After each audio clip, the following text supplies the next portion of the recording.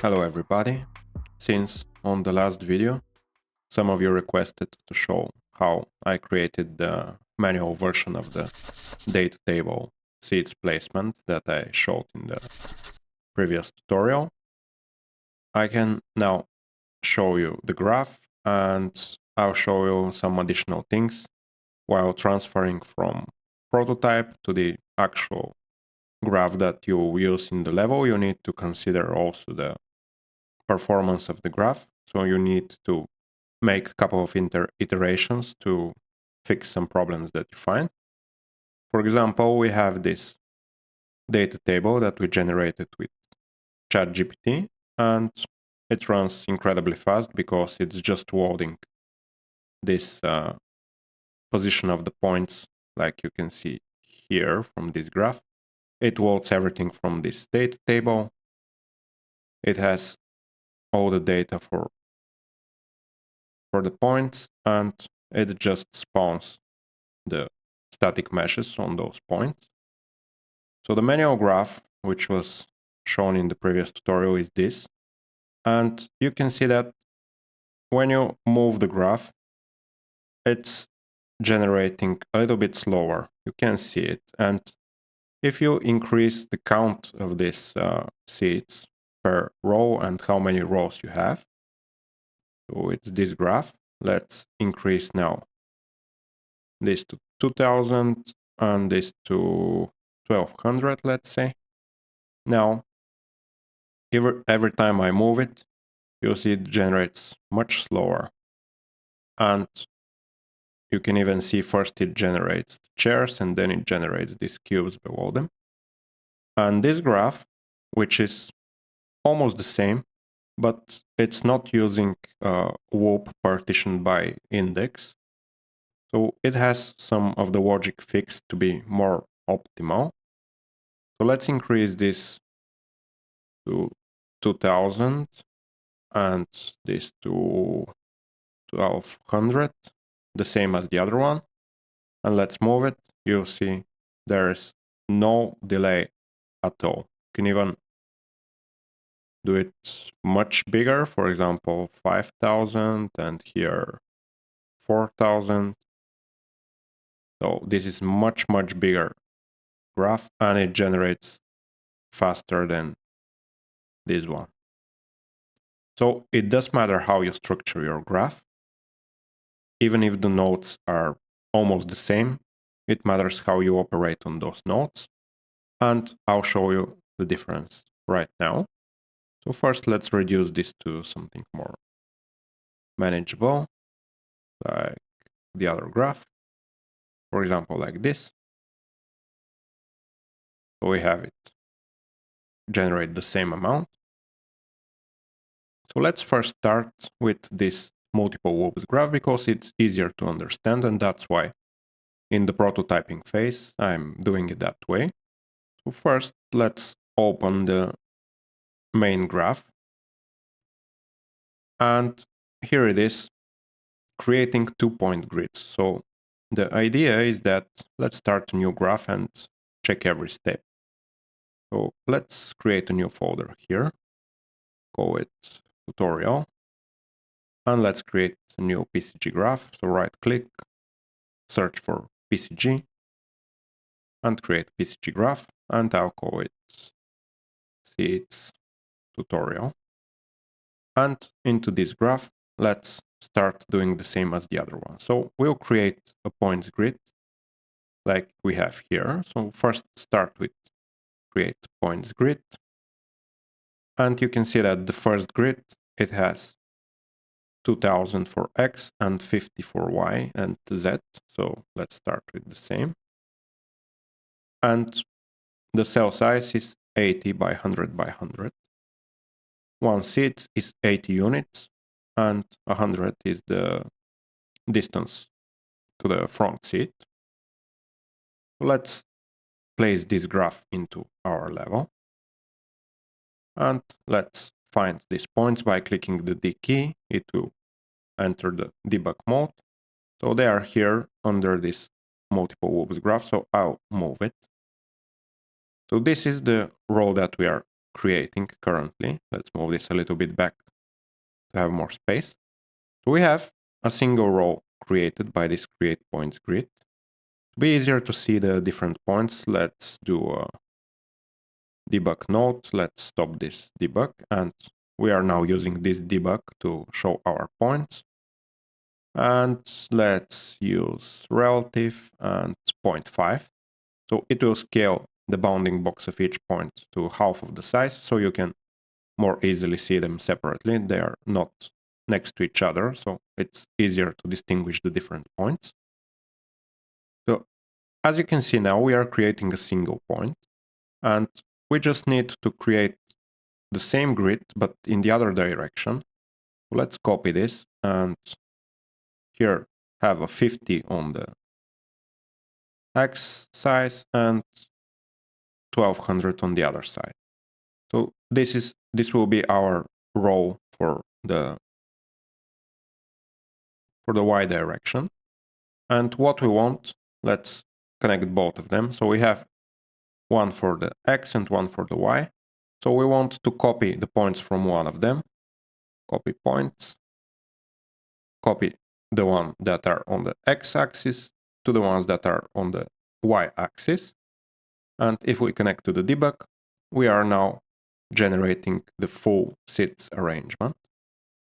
So the difference in the other graphs is that each of the rows have some seeds added to it. So how are we doing this? Let's check the other graph to show you. So first we are partitioning all the points based on the position on Y. So this is separating them into each row. Then we are adding the seeds to each row, which I'll show you how we are doing. Then we adjust the position to make this curve and also the rotation of the seeds. And then this is just to copy it on the position where we have our blueprint. That's not important for now. Let's continue with adding the seeds. So if we go back to, our graph, let's now partition our data with attribute partition, and let's choose the partition attribute to be our index. So if we connect this to the debug node, you can see we have the exact same result as before. But the difference is now if we inspect this copy points node, and if we select our component in the level, make sure you have your graph placed in the level. In that way, if you inspect the node here with the A key, or right click and inspect here, you can see A key is the shortcut. So I can select now this instance in the level, and I can check all the data that it has. So here, into the copy points, you can see that we have a single data object with all of the points for each row inside this. And after we partition the data based on the, not on the index, sorry, but on the position dot y, okay. And we need the dollar sign. Okay, we have it. Let's extend this to see the full name. Okay, so after we partition the data, you can see now that we don't have just a single entry. We have multiple entries for each row that we have. So let's select the last one. It's this 23. So each of these objects have 50 seeds, so from 0 to 49. And you can select every single one of them. You can see they have a different position on Y. That's why they are separated into separate sets, because we are using the position Y as an attribute to partition the data. So when we have the data partitioned on these multiple graphs, multiple data sets, we can now execute loops on these points. So let's create another graph, which will be, again, PCG graph. Let's call it add seeds tutorial. And this add seeds tutorial, if we drag it inside this graph that we had here, and create a loop node. So you have the two options, to create a subgraph and to create a loop. So we'll create a loop node here. So this loop node is executed for each of the different data sets that we have. So it will be executed 24 times, from 0 to 23, which is our last data set. We'll execute this loop for every single row. So let's go inside this add seeds loop. And here, let's change a couple of things so we have the proper setup that we need. So first, if you select this input node, you can see that you have this pins array here. And we have currently a single pin, which is labeled in. If you change the name, so let's say row points, row seeds. So it will change the name of the variable here, and it will also change it in where you use this subgraph. So if we go back to our loop graph here, let's change the type of this to point. So if it's just spatial data, which is by default, if you try, for example, to transform points, it will create this conversion from spatial data to points. So we don't need this. We know that we will be using points. That's why we'll choose the points for the type. And also, we don't want this to be hidden and to need to reselect every time this arrow to show it. That's why we'll change this pin status from advanced to required. This means that we always need this pin to have executing this loop graph. So let's do the same for our output. Let's call it out seeds, for example. Choose the type to point and choose the status to required. Let's save this. And right now, if I inspect the row seeds and select my graph, you will see that you have an execution for each different data set that we had. So what we can do with this, as you can see here in our original graph, is use this point, use this input for each of the data sets, and doing some calculations will determine how much seeds we want to add and how much we want to offset them. So as you can see here, first I'm separating the first couple of seeds, here the last couple of seeds. I'm merging them with the original seeds, and I'm transforming them in the Y direction. Let's recreate this graph here. Let's start first with this filter. So the filter is very, very simple. We'll get the index of the point and we'll compare it to the loop index. What this does, let me show you right now. Let's do attribute filter. So this filter will compare with the less dense operator. We'll compare the index, and what we'll compare it with, the get loop index. So this get loop index is a special value that you can use in your loop graphs. So you can get each of the indexes, as you can see here on the left. Each time you execute for a different data set, this loop index will be different. So if I connect it here, let's right now inspect this attribute filter. Here, let's output the data inside the filter and click on the zero graph. So you can see there's no data in this filter.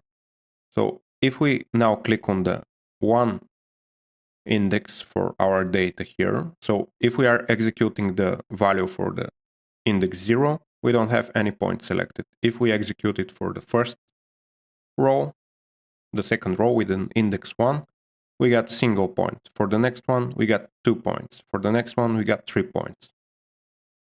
So this means that for each row, we'll add additional seeds based on the number of the row. So to add this, the same amount to the end, we can just filter the same way. We'll just do it the other way around, greater than or equal, and we'll compare the index to this points count without the whoop index. So if we get our points count here, points count, if we subtract a value, and this value is our whoop index, so let's copy it. So if I inspect this points count, for each it will be 50, but when we subtract a different index, we'll start from 50, then 49, 48, 47, so for each data set it will have a different value. And if we connect this to the filter, and inspect right now this attribute filter, let's start with the first index. You have no points. Then at the second you have 1 point, then 2, 3, 4, and so on. So you have the same data as we did here at the top, but here is at the beginning of our row, and here is at the end of our row. And it's the same that I'm doing here. After this, we are just transforming the points with this attribute here. So because our seed is 80 units wide, we'll create an attribute. Create attribute. This will be an attribute of a type vector, and the vector will have value -80 for the x direction, and we'll do transform points, and we'll transform them by fixed amount, offset min and offset max. And this value actually will not be this fixed amount. We need to multiply it by the index of our whoop. So for each row, it will move it more and more because we will add more seeds. So like this, let's connect this to the offset min and offset max. And right now, if I inspect this multiply node and start seeing the data for the different indexes. So for the first index is 0 because we are multiplying by 0, but we don't have any points for the first row anyway, so it doesn't really matter. For the second one, we'll be moving them 80 units away. For the third one, we'll be moving them 160, and so on. Each time we'll move them more and more, but we'll have more seeds to move. So we need to move them more. So let's right now do the same for the end row here. It will be exactly the same. We'll just move them 80 units in the positive direction instead of the negative direction. Let's copy all of this. Let's copy this as well. And connect the offset min and max to this value and change it to +80. And right now, we can add these seeds in the beginning and in the end to the original seeds. And we will do this with the merge points. We'll merge the seeds that we add to the beginning to the original seeds and then to the end seeds that we have. So if I inspect now these merge points, let's check each of the whoop iterations here. So we'll start with the first one, and you can see here at the right of the panel that we have 50 entries. For the first row, now we have 52, the second row 54, the third row 56, so each row adds 2 additional seeds. And here, what we are doing at the end, after the merge, we are just moving each row 50 units in the Z direction, multiplied by the index, so each row is moved more and more upwards. So let's copy this. You saw how we did it with the moving to the left and right for the beginning and the ends. It's the same as doing it here for the vertical direction. We just use the vector where the Z value is 50. So let's connect this and this to the output. So let's save now this. and go back into our tutorial graph and connect this to the debug. So now you can see we have each row with additional seats and moved a little bit to the side. So what we want as well is to curve these rows and rotate each seat to face the middle of the stage area. So how we can do this? So let's first start with creating another whoop, which I'll call adjust seats, for example. So let's search for PCG and I'll call it adjust seats tutorial. And this adjust seats tutorial we'll just drag into our graph here and create a loop node again. We'll redo everything that we did for the other input and output pins. So we'll change it to point, we'll change it to required, and the output as well. I'm not gonna change now the names. You know how it's done already. So let's save everything. And here, let's connect our points to the loop and to the output to the debug node. Let's save everything, go into our adjust seats, and what we want to do, let's see our original graph, see how it's done there. So this is our original graph. You can see that we have this adjust seats loop, and inside the adjust seats loop, we are partitioning the data, this time based on the index, and then we are adjusting each individual seat with another loop. Well, this is the easiest way for me to recreate the logic that I have in my head, because for each seat I want to execute some different commands based on its placement in the data set. So this is how regular programming languages work. They work with these loops usually. So if you have any experience in coding, it will be easiest for you to imagine things in loops. So that's why it's done that way, and I'll show you later why it's not the best way and how you can improve this. So inside our adjust seats tutorial, we need to partition our data on the index. So let's partition our data with attribute partition, and we'll choose the index as the partition that we want to separate our data from. And this means that for each of our loop iterations from the add seats, because we have still the data partitioned here as we exit here from the add seats, we still have 24 rows. We'll execute 24 times this data partitioning, and it will separate all the rows into individual seats. And each row will have 50 seats. We'll get the data count because we want to see how much rows we have in each, how much seats we have in each row. We'll get the points count and we'll divide it by 2 to find the middle. So let's go back into our adjust seats tutorial. We'll get point count.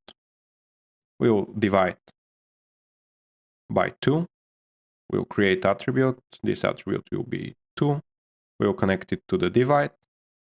And now here we have the number of seats of each row. So if we expand this, let's check here. Our create attribute was 0, so that's why we had 0 for everything. So let's inspect now the divide. So for each row, you have the number of the seat that's in the middle. So we start with 25 because the first row has 50 seats, then 26, and so on. So for each row, the number of the seat which is in the middle will be different. And we want all the seats manipulated based on their position in the row. So we'll create another loop here let's create a PCG graph, call it adjust individual seed tutorial. And this adjust individual seed tutorial, again, do the same thing. It will be point type, required, point type, and required. Let's save everything for now. Let's just connect it like this for now. And here we'll need a parameter, another parameter. So for the input, let's create another pin, and let's say this will be an attribute set, and we'll call it middle seed, for example, and we'll make it required as well. Let's save this and go back into our adjust seeds tutorial and drag this adjust individual seed inside this whoop that we were creating before. So let's create another whoop node here. And you can see, because we added additional pin for the input, now our graph here has 2 pins. So we can connect the number of seeds. And inside this adjust individual seed, what we want to do is, based on the position of the row compared to the middle of our row, to move it back and rotate it a bit. So how we can calculate this?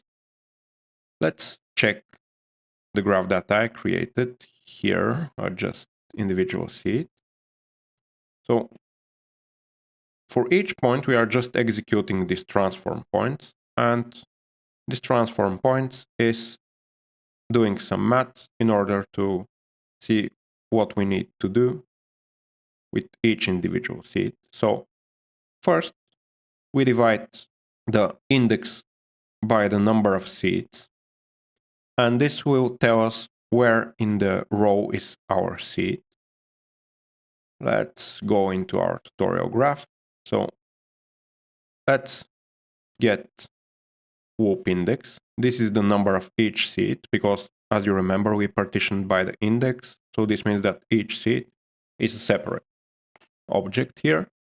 So the whoop index will have 50 values. Let's expand it here. So you can see it has 50 different values for each row, and this is each individual seed. So let's divide this by the middle seed number. And if we inspect this, for the first one it will be 0, then it will start to grow. And when you go to the middle of the row, which is for this first execution is this 25 seed, it will become 1. And then if you go up, it will become more than 1, because you are dividing more than this value of 25 to 25, so it will extend beyond 1. And the easiest way to convert this to be the biggest in the middle and to reduce to both sides is to use 1 minus node here. So this 1 minus will be executed to our, instead of calling this whoop index, which is the default value, let's call it something else. Let's say it's custom index. Not index, custom seed multiplier, let's say.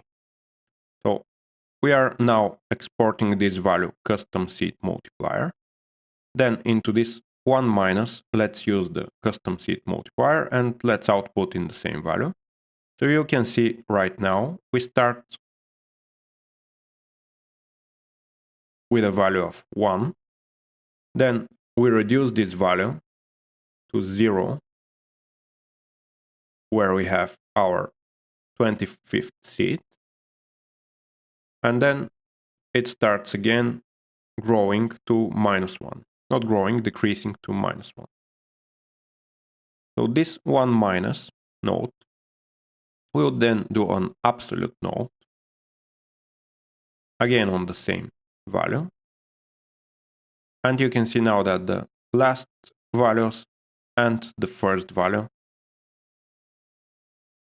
are the biggest and in the middle of the road, so our 25th value is 0. So this means that we have a value reducing from 1 to 0 to the middle of the road, and then increasing from 0 to 1 to the other end of the road. So you can multiply this value by a vector. Let's create an attribute, make it a vector again, and we want to move it, for example, 500 units in the middle of the row. So let's multiply this vector by this value that we calculated here, and let's choose the value that we want to multiply. So in the input A of this multiply, it doesn't really matter because it's only one value. This last will work. But for the input B, we need to set the value that we want to multiply, and we need to tell it which value we want to output. So if we now check our multiply node, you can see that for each seed, it calculates a different value to move it into the y direction.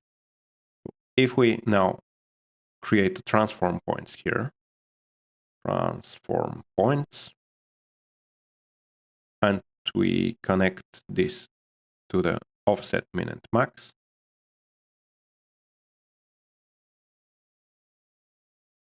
and I have some error here. So yeah, we need to tell it which value to use because it has multiple values here. So let's delete all the other attributes. Let's paste this custom seed multiplier here and choose the keep only selected attributes. And right now, if I connect this to the offset min and max, it should work fine, as you can see here.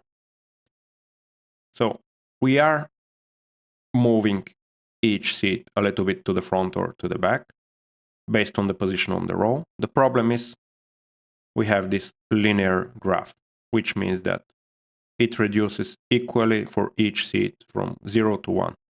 To have a better graph, better positioning of the seeds, you need to use an exponential graph. And an exponential graph basically means that you need to use the power function. So instead of just multiplying by a fixed amount, you need the power function, and I'm using a power of 2. So after you creating this absolute node, then you make this value to the power of 2. So it will be the square of this value. So let's go back here. After our absolute node, let's use the power node and create an attribute which will be our power number 2 to have it as a square. And let's connect it here. And right now you can see we have this curved area. If you create an attribute which is bigger than 2, for example, 3, you change this curve. So at the end, you can see it starts faster, but in the middle, it starts to make it flatter and flatter. So you can control by this power where the curve is mainly oriented. So if I have a power of 1.5, so smaller than 2, you can see that it's curving a lot in the middle, but not here at the end. So the power of 2 is the most natural looking to me for this seed arrangement. And as you can see, it's just a simple offsetting of each seed by this amount controlled by the index of the seed. What's the problem here? First of all, let's fix the rotation as well. So the rotation is actually using the same divide and 1 minus. So I can just connect this here, and Now, after you get this 1 minus node, you multiply by 2. So this is controlling how much each seat is rotated. Then you multiply it by the maximum rotation that you want. So in this case, it's 20 degrees into the Z direction. Then you need to make a rotator, because in order to use the transform points rotator pins, it needs to be converted to a rotator. So that's why we are creating this attribute, multiplying it by the seat number in our row, and then creating a rotator from it. So as you can see here, this multiplies, saving the value into this rotate output target. So let's copy it here to be more easy to understand. Then we are making a rotator from this. So using the rotator X for row, rotator Y for pitch, and rotator Z for yaw. It's a make rotator from angles. So you have different type of rotators, but this is the one we'll use as a simple conversion from our vector to a rotator. And then the same as before, we are deleting all other attributes. We are just keeping the rotation. So we are exporting this into the rot value. We are keeping this, and we use this rotator value into our rotation. Let's recreate it just to be sure that you saw how everything is done. So after this 1 minus, we'll use a multiply. We'll multiply by 2. Then we'll create a vector, which will be 0, 0, 20. We'll multiply this vector by the calculated number for each of our seeds based on its position. And make sure that you have some name of the value to be sure that you're using the proper one. So for example, we'll use custom rotation. So for the rotation, you don't want an absolute value, because on one side the seats will be rotated to the right and on the other side of the row to the left. So you don't need to use this absolute value like we had for the movement. The movement is just the same direction for each of the halves of our row, but the rotation needs to be the opposite. So we are using this minus value and plus value for the two sides. We don't need to convert it to an absolute value. So after we get this value for the rotation, so now let's make rotator from angles. So in this multiply, we are outputting into rotator, let's say, value. Let's copy this, and into this make rotator attribute, let's use rotator.x, rotator.y, and rotator.z into row, pitch, and yaw. And let's export this value into rotator again. So if we inspect this make rotator, we have some error. Let's check the error. The rotator X does not exist. I think this is a comma, not a dot. That's the problem. Rotator dot Y. Okay, now it should work. Yep, we have the rotator.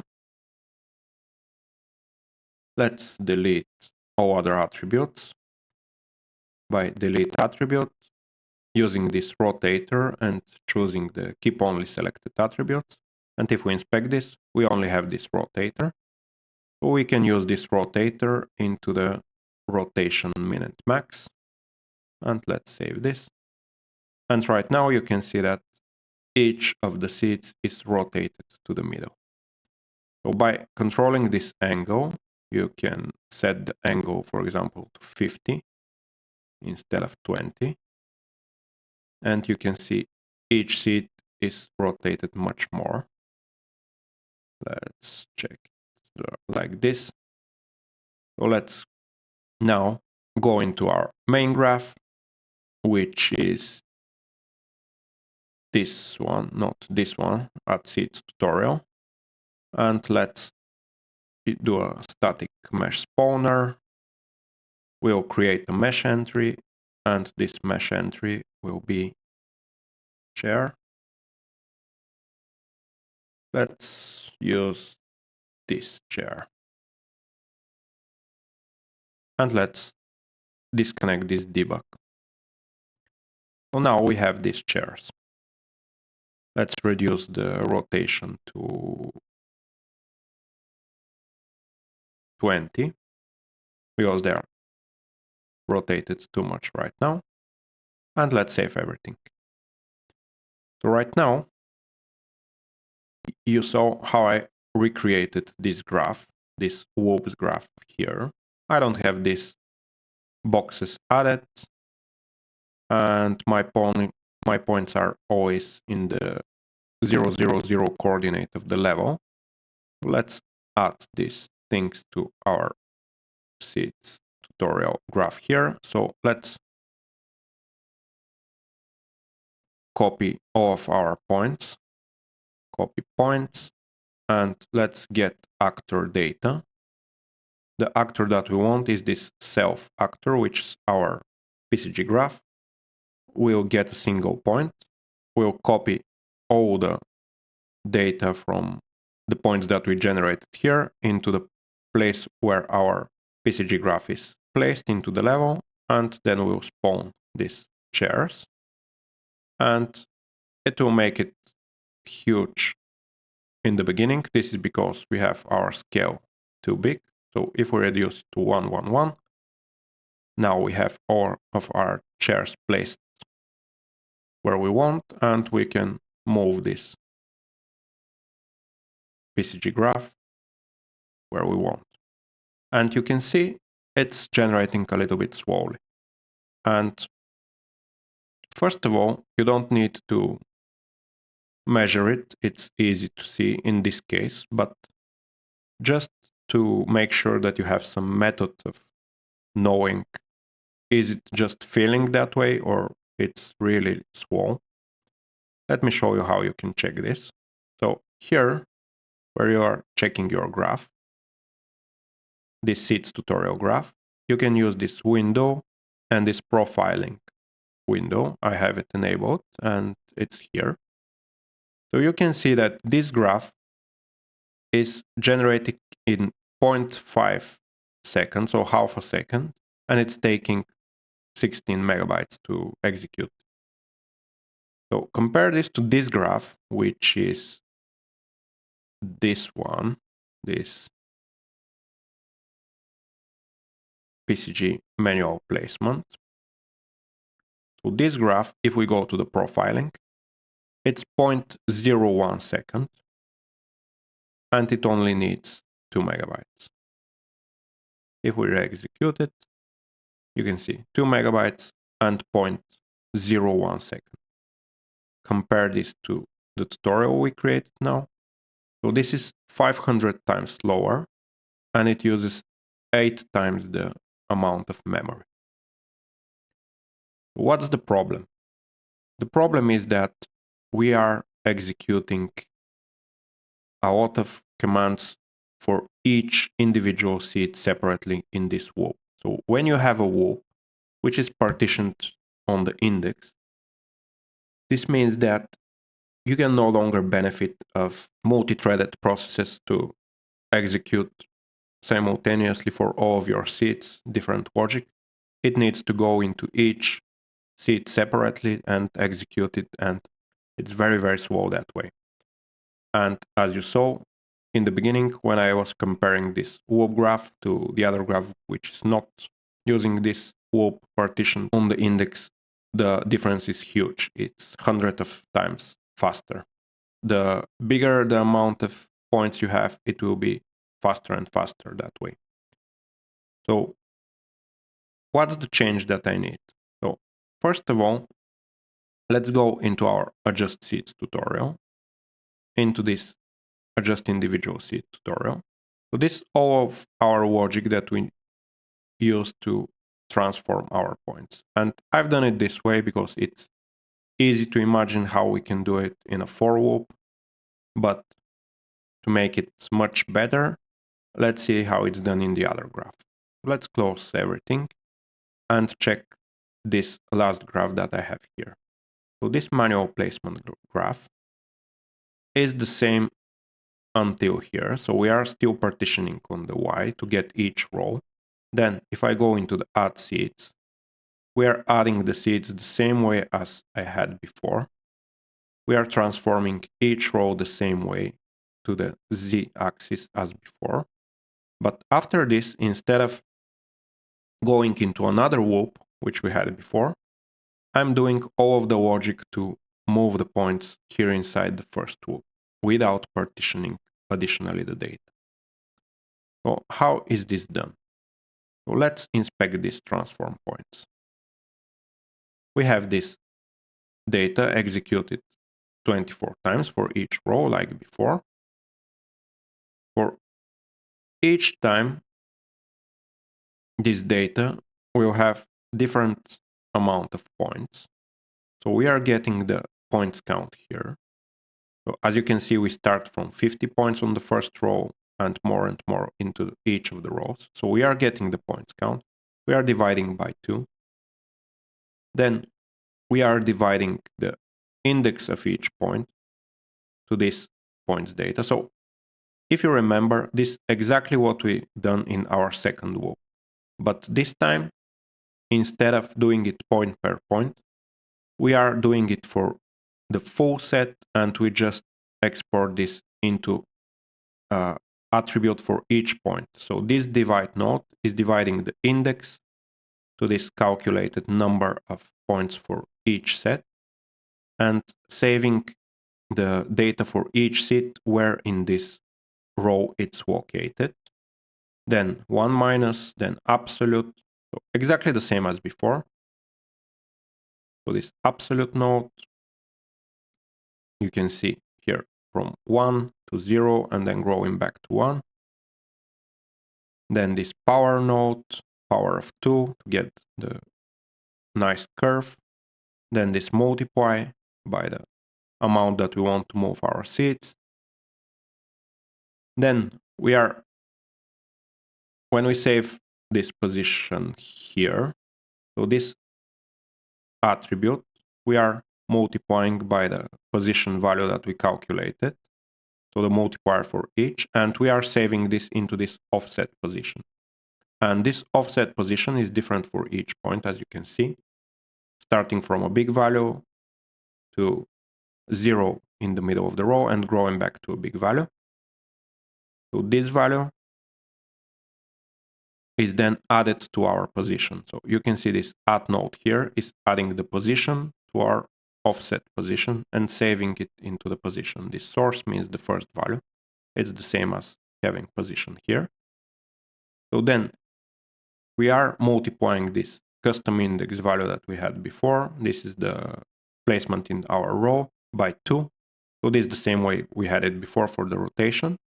We are multiplying then by this same value for the rotation, this vector, and saving this into rotator value. And then we are adding this rotator to our rotation yaw. So this Z rotation, which we calculated here, we are adding to the rotation yaw. So the same thing as we had before, but doing it without loop. So each point different, for each different point, we are saving the value into a custom attribute, and then we are doing the calculation into the custom attribute here. So if we go back into our original graph here, not the original, the one that we just created. So if I move it, you can see it's slowly generating.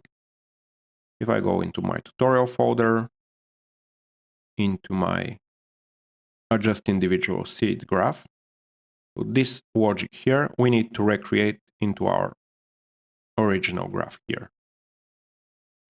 So let's open our add seeds tutorial. after we add the seeds, we need get points count. So if I inspect this, it's different for each of the iterations of the loop. We'll divide this by 2. The value should be 2 here. So we divide it by 2. Then we divide our index of each point by this value here, and we save it into the custom index value, for example. So if we scroll back to the end here, you'll see custom index value from 0 to 2. Then we do -1, 1 minus, sorry. And it will be this custom index. Let's copy it, paste it here, save it as source.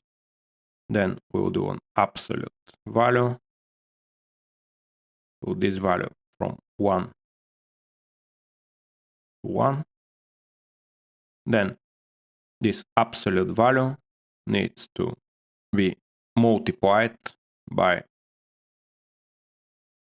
the amount that we want to move them. So create attribute. The attribute will be vector 0 minus 500. And we'll output it into the custom offset, let's say. And this custom offset will add then to the position value. So position and add custom offset and save it in the source, which is our position. So let's connect this to the output. Let's save this. Go back into our original graph, which is seeds tutorial. Remove this second graph here, second loop, and use just our first loop that we just modified now. I forgot the power node again. Let's go back here. After the absolute node, let's do power. Let's create another attribute with a value of 2. Let's connect everything. So now you have the same curve. So you just need to add the rotation, which is, again, we are creating an attribute 0020. So here, what I want is that I don't want this absolute value be saved in the same value like we had, or let's do it like this. After this 1 minus, let's copy the attribute, and the attribute will be this custom index, and let's copy it into custom index rotation. So we'll have it working the same as before. This custom index will be used for our absolute value, but here for our rotation we'll multiply our custom index rotation with this attribute here, and then we'll add our rotation dot PO to our custom rotation dot Z dot again. Okay, and let's connect everything, and we can see we have the rotation and we have the movement without doing the second additional loop. And right now, if I go into the profiling tab, into my seeds tutorial graph, you can see it executes with 7 thousandths of a second, and it's under 1 megabyte. So you cannot even see it refreshed in the level when you move it. I can increase the number of points here. Let's do 4,000 and 5,000 here. It's a huge, huge area. You can see it generates very, very fast for such a huge amount of points. So it's executing the same time and the same memory like this graph, but it's much, much bigger. It's even faster, as you can probably tell. So this is how you move from a prototype to actual working instance of the graph you want, and improving this graph to work faster and more efficiently. So if you guys have any questions, please let me know in the comments. If you like this video and my tutorials, like and subscribe for the channel. And if you join the channel into the higher levels, you can watch the videos earlier and you can ask your questions earlier. So guys, I'll see you in the next one. Bye.